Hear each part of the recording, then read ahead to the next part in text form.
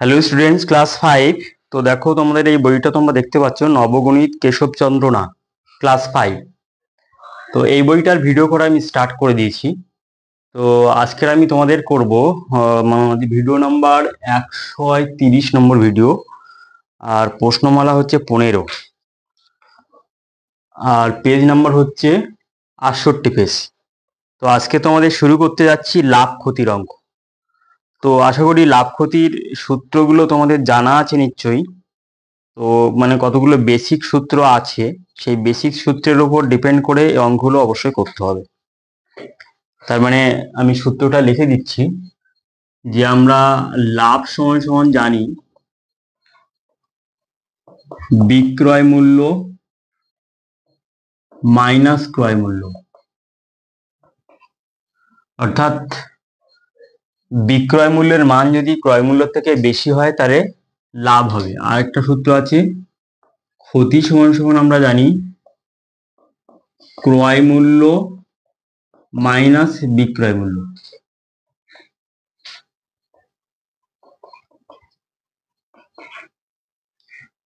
এই হলো লাভ ক্ষতির একদম বেসিক ফর্মুলা, একদম প্রাথমিক ফর্মুলা। তাহলে ক্রয় মূল্যের মান যদি বেশি হয় তাহলে হবে ক্ষতি হবে, বিক্রয় মূল্য অপেক্ষা ক্রয় মূল্যের মান বেশি হলে তাহলে হবে ক্ষতি। ঠিক আছে, তাহলে এবার হচ্ছে সূত্র আছে লাভ পার্সেন্টেজ। লাভ পার্সেন্টেজ এটা হচ্ছে ধরো 1 নম্বর সূত্র, 2 নম্বর, 3 নম্বর সূত্র, যে লাভ পার্সেন্টেজ সমান সমান লাভ ডিভাইডেড বাই ক্রয় মূল্য, যেহেতু ক্রয় মূল্যের উপর লাভ হয়, ইনটু 100। এটা হচ্ছে লাভ পার্সেন্টেজের সূত্র। আর 4 নম্বর হচ্ছে ক্ষতির পার্সেন্টেজের সূত্র, ক্ষতি পার্সেন্ট। ক্ষতি ডিভাইডেড বাই ক্রয় মূল্য ইনটু 100, এটা হচ্ছে ক্ষতি পার্সেন্টেজ। তাহলে আপাতত এই 4টে ফর্মুলা তোমাদের শিখিয়ে দিলাম। এরপরে আরো অনেক ফর্মুলা আছে, বিক্রয় মূল্য নির্ণয়ের ফর্মুলা, ক্রয় মূল্য নির্ণয়ের ফর্মুলা। তাহলে যখন অঙ্ক করতে করতে যখন ফর্মুলা দরকার হবে তখন তোমাদের অঙ্ক এই ফর্মুলা অবশ্যই শিখিয়ে দেবে, যদি কোনো ফর্মুলা যদি এক্সট্রা যদি লাগে।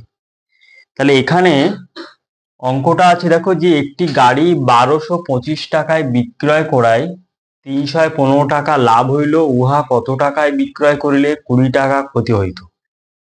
তাহলে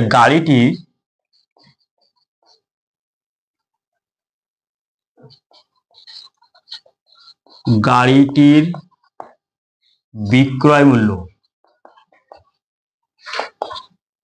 সমান 1225 টাকা, আর গাড়িটি বিক্রয় 315 টাকা লাভ হইল।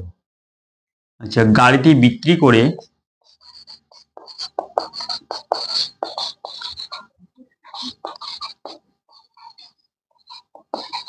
লাভ হইল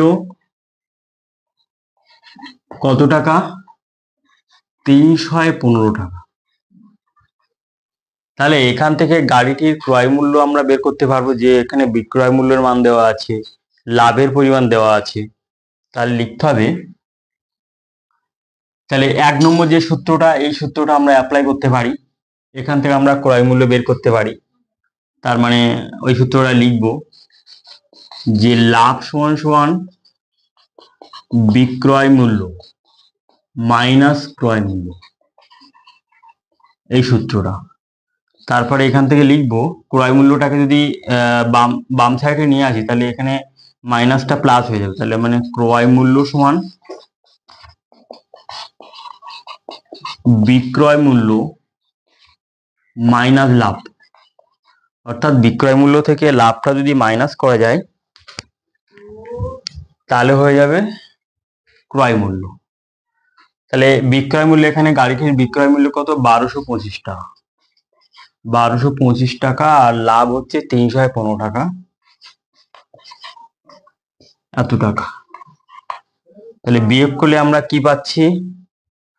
যে 1225 থেকে 315,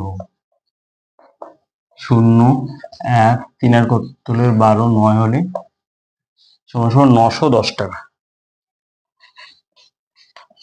910 টাকা। এবার বলছে যে গাড়িটি কত টাকায় বিক্রয় করলে 20 টাকা ক্ষতি হইত। তাহলে এবার যে ক্ষতি যে টাকার পরিমাণটা দেওয়া আছে, তাহলে ক্ষতি দিয়ে যে সূত্রটা আছে যে ক্ষতি সমান ক্রয় মূল্য মাইনাস বিক্রয় মূল্য, অর্থাৎ এই 2 নম্বর সূত্রে যদি এখানে এই ক্রয় মূল্যের মান আমরা বসিয়ে দিই আর এখানে ক্ষতির পরিমাণটা যদি বসিয়ে দিই, তাহলে আমরা ওই গাড়িটি বিক্রয় মূল্য পেয়ে যাব। তাহলে আমরা লিখব যে 2 নম্বর সূত্র ক্ষতি সমান সমান আমরা কি জানি যে ক্রয় মূল্য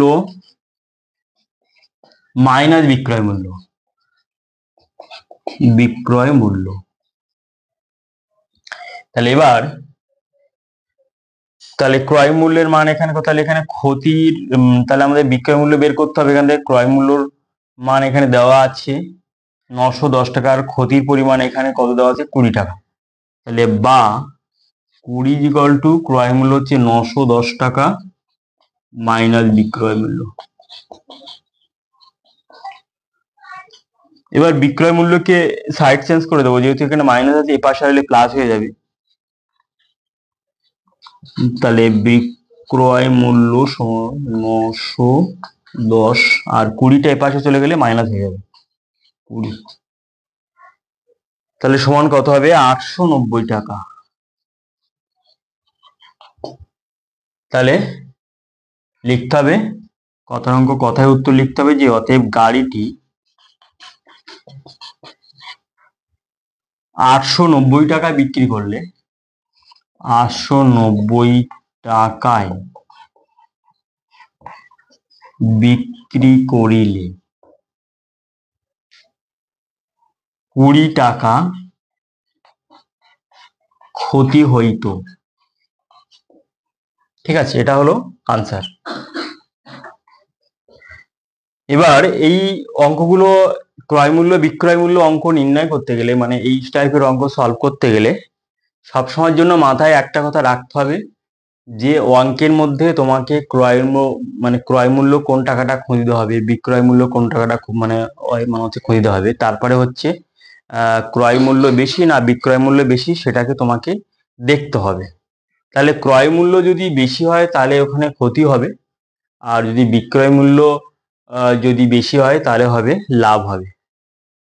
ঠিক আছে, তাহলে সেই হিসাবে আমি যে ফর্মুলা আমি লিখলাম এই ফর্মুলার সাহায্যে অঙ্কটা আমি সলভ করলাম। ঠিক আছে, এই ফর্মুলার সাহায্যে অঙ্কটা আমি সলভ করলাম। তাহলে এখানে চারটে ফর্মুলা লিখলাম, তার মধ্যে দুটো ফর্মুলার সাহায্যে অঙ্কটা সলভ করলাম। আর এখানে লাভ পার্সেন্টেজ বা ক্ষতির পার্সেন্টেজের ব্যাপারটা এখানে নেই। এখানে মানে শতকরা কত লাভ হবে বা শতকরা কত ক্ষতি হবে সেই টাইপের কোনো কিছু নেই। তাহলেও মানে সূত্র দুটো আমি অ্যাড করে দিলাম। ঠিক আছে, এবার অঙ্কটা আরেকবার ব্যাখ্যা করে দিই যে একটি গাড়ি 1225 টাকায় বিক্রয় করায় তার 315 টাকা লাভ হইল। তাহলে এখানে দেখতে হবে যে তাহলে এই টাকাটা মানে এই পরিমাণ টাকা লাভ হচ্ছে, 315 টাকা লাভ হচ্ছে। তাহলে আর এই পরিমাণ টাকা হচ্ছে বিক্রয় মূল্য 1225 টাকা। তাহলে এখান থেকে আমি ওই গাড়িটির ক্রয় মূল্য পেয়ে যাচ্ছি। তাহলে আমাদের এখানে তিনটে টার্মের মধ্যে একটা টার্ম নেই, মানে সেই টার্মটা হচ্ছে ক্রয় মূল্য। তাহলে ক্রয় মূল্যটা আমি বের করলাম 910 টাকা। এবার প্রশ্ন হচ্ছে যে ওই গাড়িটি কত টাকায় বিক্রয় করিলে 20 টাকা ক্ষতি হইত।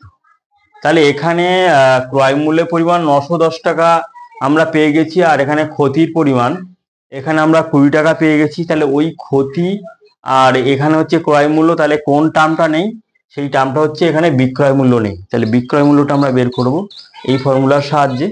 ঠিক আছে, তাহলে প্রথম অঙ্ক এখানে হচ্ছে 25 দাগের যে অঙ্কটা এই পর্যন্ত, এর পরের অঙ্ক দেখো একটু পরে করছি।